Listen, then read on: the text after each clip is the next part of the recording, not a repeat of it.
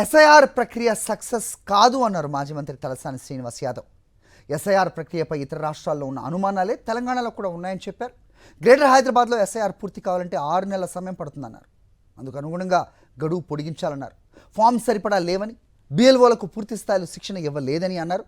Sir ప్రక్రియలో 30 మందికి అసలు ఫామ్స్ అందలేదంటున్న మాజీ మంత్రి తలసాని శ్రీనివాస్ యాదవ్తో మా కరెస్పాండెంట్ దిలీప్ మాట్లాడారు. ఓటరు జాబితా సమగ్ర సర్వే కొనసాగుతూ ఉంది. మరి గ్రేటర్ హైదరాబాద్లో ఏ రకంగా జరుగుతుంది, సరిపడా బిఎల్ఓస్ ఉన్నారా, సో ఫామ్స్ కూడా అందట్లేదు అనేటువంటిది చాలా వరకు బస్తీలో వస్తున్నటువంటి విమర్శలు. కాబట్టి దీనిపైన మనతో పాటు మాట్లాడడానికి మాజీ మంత్రి సనత్నగర్ ఎమ్మెల్యే తలసాని శ్రీనివాస్ గారు మాట్లాడారు. సార్, ఎట్లా ఉంది సార్, మీరు క్షేత్రస్థాయిలో పర్యవేక్షిస్తూ ఉన్నారు, అధికారులు ఏమో పూర్తి స్థాయిలో చేస్తామంటున్నారు, సో ఎలా జరుగుతుంది సార్ ప్రక్రియ?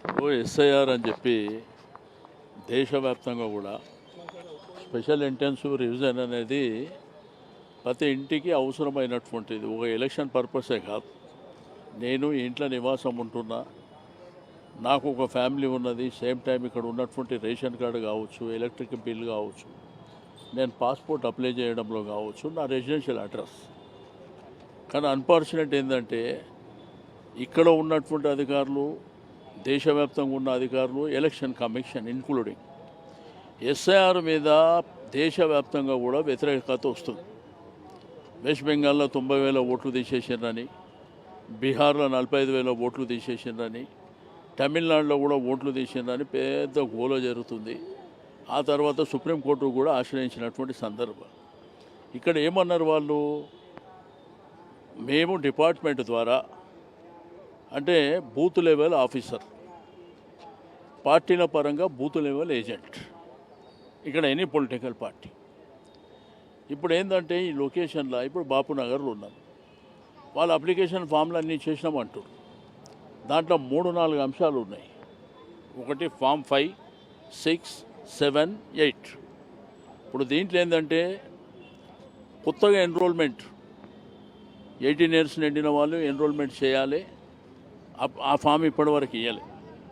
షిఫ్టింగ్ ఆ ఫామ్ ఇవ్వలే. ఇప్పుడు ఓన్లీ వాళ్ళ దగ్గర టెక్నికల్ పర్సన్ లేకుండా అంగన్వాడీస్ కానీ లేకపోతే 4th క్లాస్ ఎంప్లాయీస్ కానీ వాళ్ళని పంపించారు. వాళ్ళని పంపించి ఏంటంటే అప్లికేషన్ ఫామ్ ఇవ్వమని చెప్పారు. వాళ్ళు లేనిపోని సమస్యలు క్రియేట్ చేస్తున్నారు. 2002 ఓటర్ లిస్ట్, 2002, ఇప్పుడున్నాం 2026.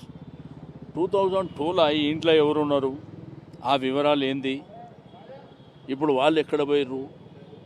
రెండోది, ఆ కాన్స్టిట్యున్సీ వేరు, ఆ నియోజకవర్గం నంబర్ కూడా వేరు. ఇప్పుడు ఫర్ ఎగ్జాంపుల్ ఖైరతాబాద్ కాన్స్టిట్యున్సీ, అది ఒకవైపున షేర్లింగంపల్లి, బిహెచ్ఎల్, దర్గా, జూబ్లీహిల్స్, బంజారాహిల్స్, ఖైరతాబాద్, అల్వాల్, ఇదంతా కలిపితే ఖైరతాబాద్ కాన్స్టిట్యున్సీ. ఇప్పుడు ఆ వివరాలు కావాలంట.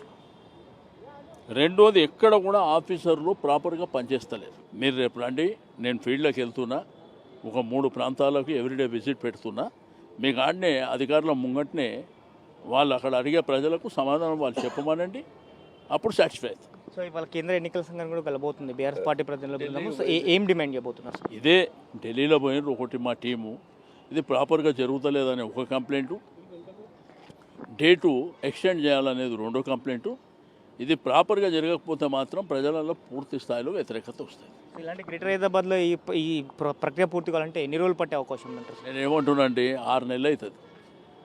అది కూడా గవర్నమెంటు, స్టేట్ గవర్నమెంటు సీరియస్గా తీసుకుంటే, అన్ని పనులు వదిలిపెట్టి దీని మీదనే కాన్సన్ట్రేషన్ చేస్తే 6 months పడుతుంది. ఇది 100% 25th రోజు వరకు 15% కూడా కాదు, నేను ఛాలెంజ్ చేస్తాను. ఈ సమయాన్ని పెంచాలి, అలాగే అధికారులకు పూర్తి స్థాయి అవగాహన కల్పించాలి అనే డిమాండ్ చేస్తున్న పరిస్థితి కనిపిస్తోంది. వీడియో న్యూస్ వెంకట్తో కరెస్పాండెంట్ దిలీప్, సాక్ న్యూస్, హైదరాబాద్ నుంచి.